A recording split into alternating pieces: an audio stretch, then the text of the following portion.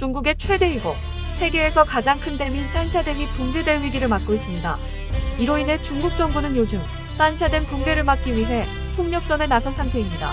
댐의 붕괴도 큰 문제지만 코로나19 공포로 많은 중국 국민들이 피해를 입고 있고 돼지 독감과 흑사병이 돌고 있는 가운데 홍수로 인한 재해 지역 주민들의 피해와 더불어 댐의 붕괴로 입게 될 주변국 한국과 일본 등의 간접 피해까지 곁들여져 세계인들의 많은 걱정과 근심을 사고 있습니다. 요즘 중국은 3호 홍수까지 전해져 있는데 산샤댐 붕괴를 막기 위해 빗물의 초당 유입량인 3만 세제곱미터보다 많은 4만 4천 세제곱미터의 물을 방류하고 있고 인근 제방도 폭파하여 산샤댐의 수위를 낮추려고 가진 수단과 방법을 동원하고 있습니다. 산샤댐은 중국의 국부로 알려진 순원의 건의로 건설 필요성이 부각되었는데 순원은 1894년 당시 청나라 총독이던 이홍장에게 산샤댐의 필요성을 서신을 통해 전했다고 합니다. 이 산샤댐의 건설하는 100년이 지난 후 1992년 전국인민대표회의를 통과하였는데 당시 이 산샤댐의 건설을 두고 찬반 양론으로 나뉘어져 건설에 반대한 수리 전문가인 전 칭화대 교수 황한이는 국가와 국민에게 재앙을 부른다. 강행한다면 종국엔 댐을 폭파해야 할 것이라고 말하고 댐 건설에 반대하는 근거로 수질 악화와 생태계 파괴, 기후 이상, 산사태와 지진, 유적과 유물의 훼손, 수몰 지역 이주민 문제 등 12가지를 들었다고 합니다. 수몰 지역에는 우리에게도 잘 알려진 교보와 이태배, 그리고 구런의 유적지와 유물도 있고 삼국지의 역사적 현장도 있어 안타까움을 더하고 있습니다. 산샤댐은 세계 최대의 수력 발전댐으로 아시아에서 가장 긴 장강 양쯔강 중상류인 후베이성 이창시 부근에 위치해 있는데 이것은 최대 저수량이 한반도 담수량의 2배 정도이고 일본 전역의 담수량과 맞먹을 정도라 합니다. 이 댐은 1994년도에 시작해서 2008년 완공한 공사입니다. 여기에는 약 1,800억 위안, 약 32조 원이 투입되었는데 담수량은 393억 톤으로 미국 후버댐의 320억 톤보다 많은 저수량을 자랑하는 규모입니다. 또한 발전량은 22,500메가와트로 2위인 이타이프댐의 14,000메가와트와 비교가 되지 않는 규모로서 일반 원자력 발전소 발전량 1,000메가와트의 23기 분량의 발전량에 해당합니다.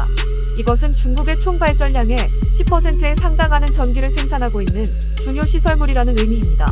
만일 이 댐에 문제가 생기면 약 30억 세제곱미터의 흙탕물이 도시와 농촌을 휩쓸어 수십만 명 이상의 사상자가 발생하고 약 4억 명에 달하는 이재민이 발생하며 안위성, 장시성, 저장성, 장수성의 곡창지대가 매몰되어 식량난이 발생하게 됩니다.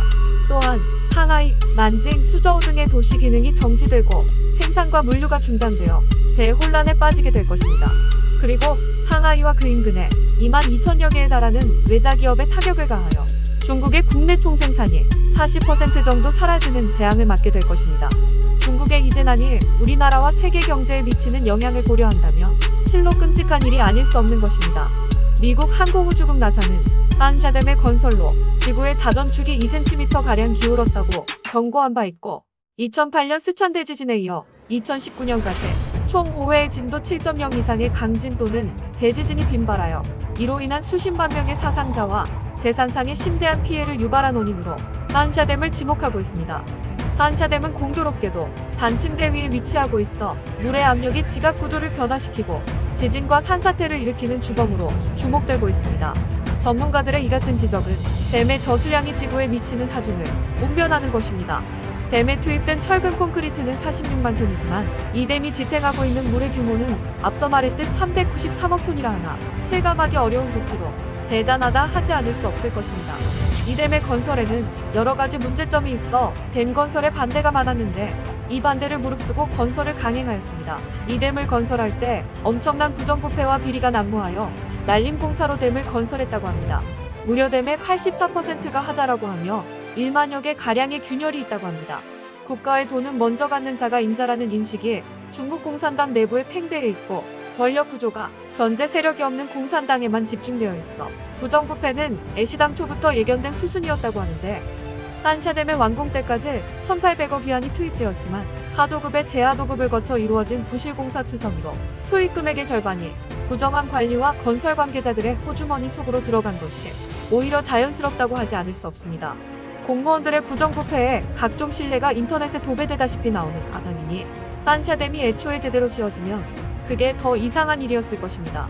탐관오리가 나라를 말아먹은 예는 과거에도 수없이 많았지만 현대에도 버젓이 자행된 것입니다. 대표적인 비리연루 의혹을 산 인물은 전 국무원 총리 리펌인데 그 측근과 친인척들에게 입찰 정보 제보, 설비 자재를 특정 기업에 몰아주기로 거액의 뇌물을 챙겼다고 합니다. 리펌 총리는 천안문 사태 때 진압을 맡아 그 공로를 인정받아 고위공직에까지 오른 인물입니다. 또한 로유밍 전 후베이성 부성장은 금품 수수 혐의로 15년 징역형을 받았습니다. 국가에 공사를 책임진 인사가 고양이에게 생선가게를 맡긴 것처럼 뒷돈을 챙겨 축제하는 일이 벌어졌는데 중국의 부정부패와 비리는 종류도 아주 다양하고 가지수도 많아 부패 왕국이 따로 없습니다. 산샤댐과 관련한 불법 행위는 약 80건, 사법 처리한 인원은 113명에 달했으며 규정 위반으로 적발된 자금도 34억 5천만 위안 하나 5,900억이라고 합니다. 이것은 공식적으로 드러난 규모일 뿐 감춰진 규모는 이보다 훨씬 더할 것입니다. 이 부정부패와 비리로 중국의 9만 8천 개에 달하는 댐 중 8만 2천 개 이상의 댐에 문제가 있다고 하며 전문가는 즉시 보수가 필요하다고 말하고 있습니다. 국제탐사보도 언론인협회 ICIJ에 따르면 시진핑 주석을 비롯하여 후진타오, 원자바오, 그리고 심지어 덩샤오핑까지도 조세피난처의 유령 회사 페이퍼 컴퍼니를 차려놓고 조세포탈을 하였고 비상시 해외 도주 자금으로 도망갈 만반의 준비를 갖추고 있습니다. 시진핑은 2012년 말 국가주석 취임식 때 부정부패의 척결을 주장한 바 있는데 주석직을 걸고 그 말에 책임을 져야 할 것입니다. 국가의 원로가 나라의 큰 도둑이어서 그런지 아랫사람들은 더 가관입니다. 그리고 공산당원보다 숫자가 많다는 것에 겁을 집어먹고 화른금을 때려 잡은 장점이는 산샤댐 건설 당시 부실 공사를 진두지휘했다는 증언이 있는 바 요지경 속을 보고 있는 것처럼 재미있는 나라입니다. 중국은 1975년 8월 허난성을 덮친 초강력 태풍 니나로 인하여 화이어강 유역이 범람하면서 반차오댐을 비롯 주변 댐 62개가 연달아 붕괴되었습니다. 이 사태로 8만 6천여 명의 사망자와 680만 호의 가옥과 125만 헥타르의 농지 침수, 그리고 1100만 명의 이재민이 발생한 바 있습니다.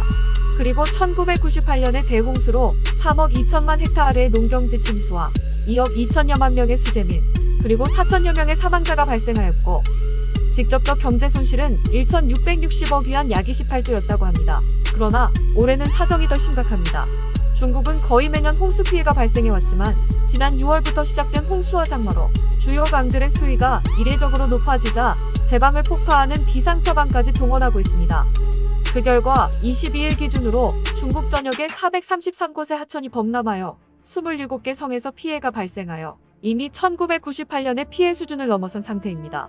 중국은 남부 창장양쯔강 유역에서 2달여간 홍수로 피해가 속출하고 있는 가운데 이번 달 8월 태풍이 예고되면서 근심과 걱정을 더하고 있습니다. 중국은 서고동저 지형으로 이 고도는 스촨사천성 부근에서 급격히 낮아지는데 스촨성 성도인 청두의 해발 고도가 500m 정도로서 옛날 진나라 이전부터 홍수로 가장 시달림을 받는 지역이라 합니다. 이곳 청두에서 시작된 물길이 중국 동해까지 약 2000km인데 중간에 충칭, 우한, 지우지앙, 난징 등 대도시를 지나 상하이 북단에서 바다로 빠집니다. 이 여정에서 청도와 충칭 분지를 지나온 물들이 만나는 곳이 산샤댐인 것입니다.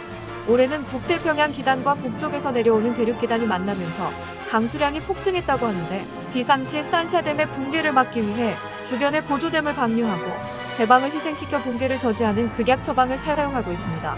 이에 따라 댐과 제방 아래 위치한 도시와 농촌이 다시 물바다가 되는 악순환이 반복되고 있어 이재민 숫자가 더욱 늘어나고 재산상의 피해도 확대되고 있습니다. 이 산샤댐의 붕괴 시 일시에 몰려드는 담수로 우리나라 남해와 서해의 염분 농도가 낮아지고 수온이 상승하여 피해가 예상되고 있습니다. 실제로 1996년과 2016년에 남해안과 제주 해역의 양식장에서 어종들이 대량으로 폐사하는 피해를 입은 사례가 있습니다. 댐을 건설하는 목적은 여러 가지입니다. 관계용, 상수도용, 수력발전용, 홍수조절용, 관광자원용 등입니다.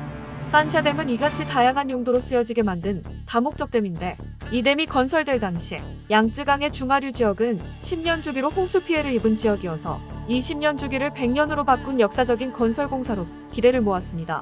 1994년에 착수된 공사가 2006년에 완공을 보게 되고 발전 설비와 내비게이션 설비는 2008년에 완공되었습니다. 그런 댐이 역대급 홍수와 장마를 만나 애물단지가 된 것입니다. 가뜩이나 부실 공사로 댐이 무너지지 않을까 노심초사하고 있던 중국인들은 올해를 무사히 넘길 수 있을지 귀추가 주목되고 있습니다.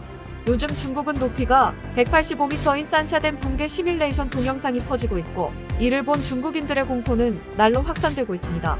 중국 당국은 구브로스에 나타난 산샤댐의 변형은 사실이 아니라고 극구 부정하고 있지만, 이창 아래 지역 사람들은 모두 달아나라는 괴담이 SNS를 통해 퍼져 붕괴에 대한 공포를 키우고 있습니다.